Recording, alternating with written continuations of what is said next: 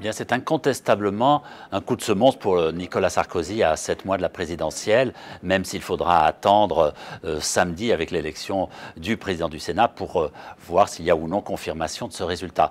Mais c'est vrai que les choses vont être beaucoup plus compliquées maintenant pour l'exécutif. D'abord, par exemple, on voit que la fameuse règle d'or budgétaire sera impossible à adopter avec un Sénat de gauche, puisque le PS s'oppose à cette règle d'or, à l'inscription dans la Constitution. Et puis, sur chaque texte, et notamment sur le budget, le Sénat fera entendre sa voix. On peut penser aussi qu'un président du Sénat de gauche, qui devient le deuxième personnage de l'État dans l'ordre protocolaire, va aussi donner du fil à retordre à la majorité, avec la possibilité de créer des commissions d'enquête. Bref, les choses vont être très compliquées pour la majorité présidentielle.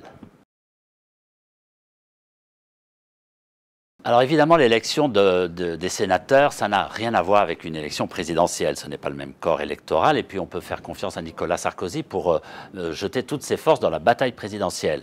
On voit déjà à l'UMP, certains sont convaincus que cette défaite au Sénat, la perte du Sénat peut être l'électrochoc salvateur. Et que les Français pourront se dire, eh bien après tout, ne mettons pas tous nos œufs dans le même panier. Les socialistes, s'ils gagnaient en 2012, auraient la présidence, les législatives, ils ont déjà le Sénat, ils ont les régions, ils ont les villes. Donc, il pourrait y avoir une accusation d'État PS.